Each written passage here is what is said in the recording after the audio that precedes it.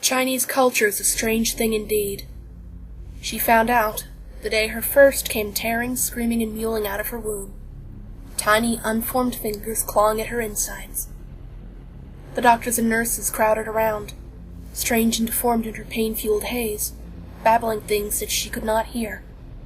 She remembered shuddering, drenched in itching sweat that turned her light pink hospital gown into a shade of carmine red.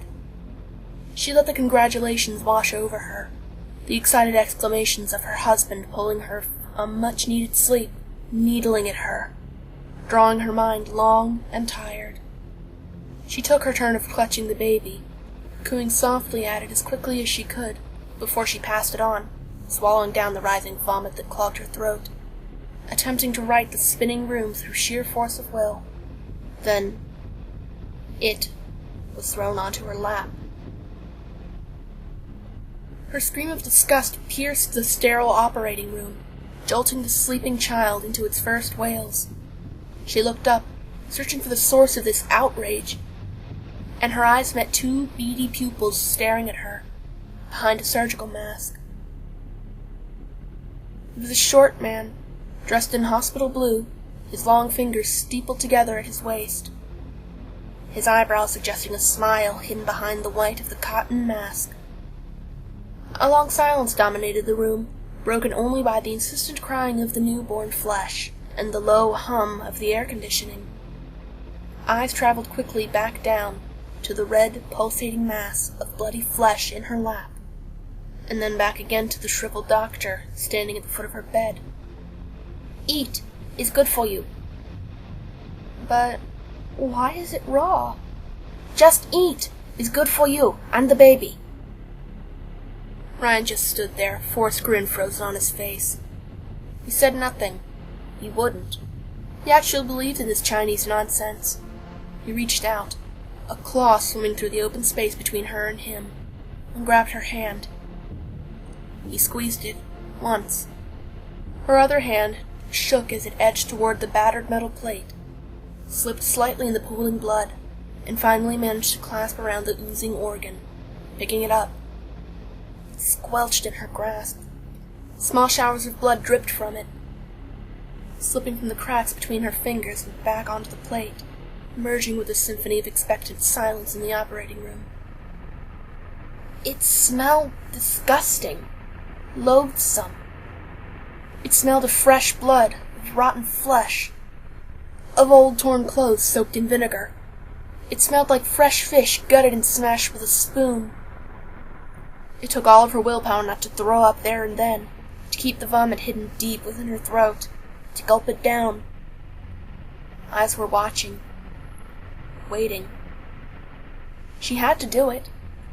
She had to. For the baby. Her mouth opened, an inch, 2 inches. It edged closer and closer. She could have sworn it pulsed in her hands, once, as it neared her teeth.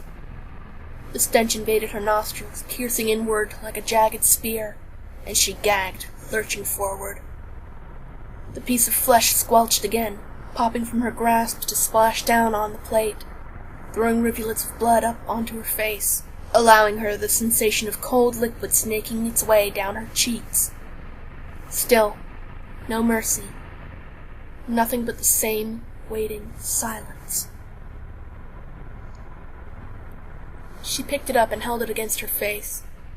Her tears of disgust mingled with the blood coursing down her cheeks.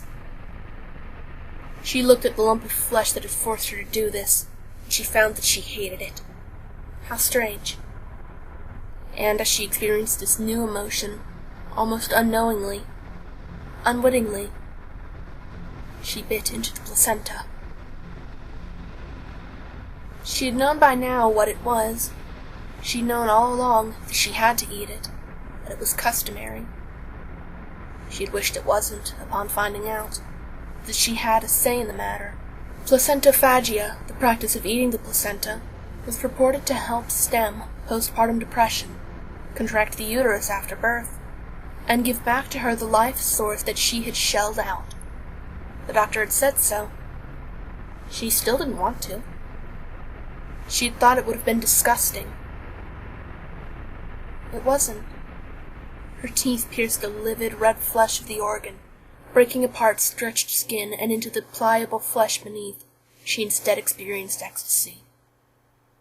Her mind broke behind waves of pleasure flooding into her nerves. Arcing lightning burst through her mouth and into her brain as the perfect taste filled her taste buds. She had found heaven, found it in the organ of her own child, in what was essentially part of herself. All thoughts of cannibalism faded away beneath the rising tide of blood choking her throat, and all her disgust was drowned in the apex of the moment. She was complete again.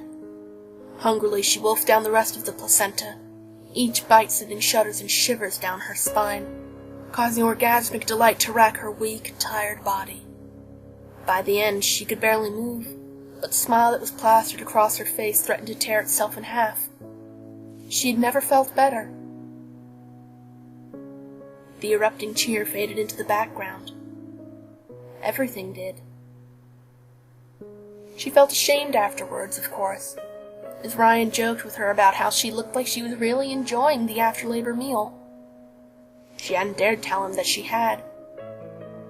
She didn't tell any of them of the mind-blowing spikes that had lodged themselves in her chest, that sparked her fire and drove her insane. She couldn't.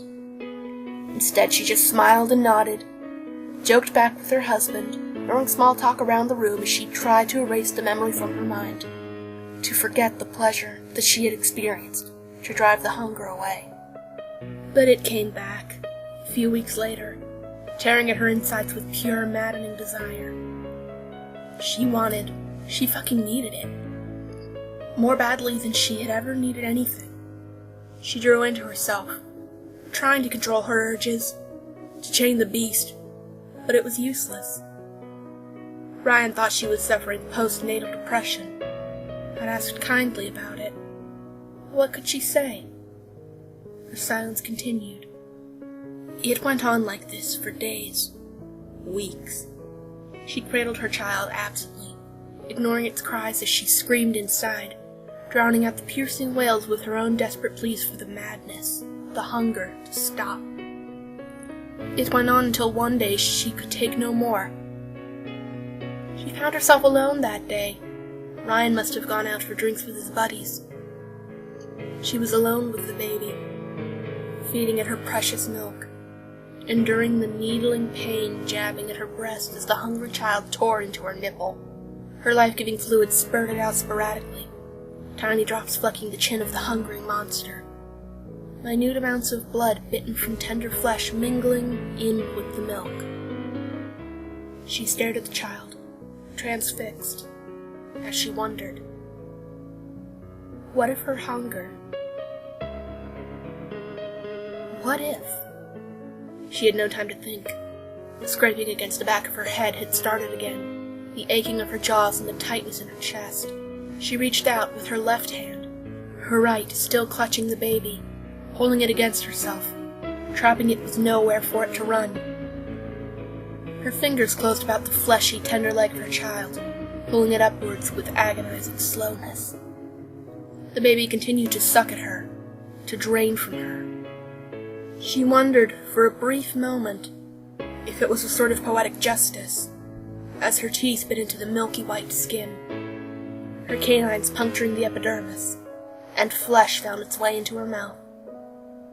The baby began to scream, pain driving its tiny mind wild. But she wouldn't let go. She couldn't. Her teeth were already halfway in, the lower jaw resting lightly against a puckered portion of the baby's meat. She couldn't do anything except bite harder and harder, her stained yellow teeth turning red as blood flooded her throat, filled her mouth. Her eyes watered, her grip tightened, the wriggling lump of flesh balled, thrashing about, but it couldn't escape her. Finally her teeth met, parting aside prepubescent flesh with a squelch in order to hit the other half with a soft click. She tore her prize free from the baby, chewing with a ferociousness born from desperation. She chewed and chewed, the blood spurting out of her mouth and down her chin, dribbling in frothing bubbles onto her dress. She chewed until she realized This wasn't what she needed. In horror, it dawned upon her what lay in her mouth, what the bubbling mass of pink that rolled about her tongue actually was, and she screamed, for the first time, out loud. She'd explained afterward that a wild dog had bit the baby while she had brought it downstairs to the void deck, and that the blood on her dress was from her rushing the baby to the hospital. She had cried, tears streaming down blood-stained cheeks and Ryan's arms, sobbing her heart out in what Ryan thought to be relief, but she knew to be frustration. She needed something else, something more. She needed what she had tasted before, what she had grown a hunger for. She needed the placenta, the prime cut. She tried looking for it, searching online. It only came back with animal placentas, pills and dried facsimiles that she had no interest in, no desire for. She bought slabs of raw meat, hid it from Ryan, from her baby, who now lay in the cot recovering. Wolfed them down in the sink, spat them out in the bin. It was no use. She needed the real thing. And that's why she found herself where she was now, sneaking into the hospital at 2 a.m, drifting along the hallways with furtive glances behind her. Turn left, 2 turns right. The maternity ward was just ahead. She made it there without anyone noticing, against all her wishes, all her hopes, that she hadn't been caught. She imagined what it would have been like if she had bumped into a nurse, if they had found her. The relief would have washed over her. The madness and darkness evaporated beneath the soothing touch of humanity, suffocated by the constricting knots of the straitjacket. But no. Instead, she found herself at the door, whirls of laminated wood staring back at her as her fingers rested against the knob. She walked in. Ryan thought she was having a night out, watching a movie and taking a break from watching the kid. He was at home, dozing off at the TV, rocking the cradle once every few minutes. And here she was, holding a pillow above the face of some woman she didn't even know, pressing it down as hands clawed at her. The woman's body, young and lithe except for the distended belly possessing her spawn, struggled and bucked under her grip, but she held on, a strength that could come only from insane hunger pressing down her arms. The monitor rattled on the table, unplugged cords scattering about the floor. The bed shivered with the dying woman's convulsions.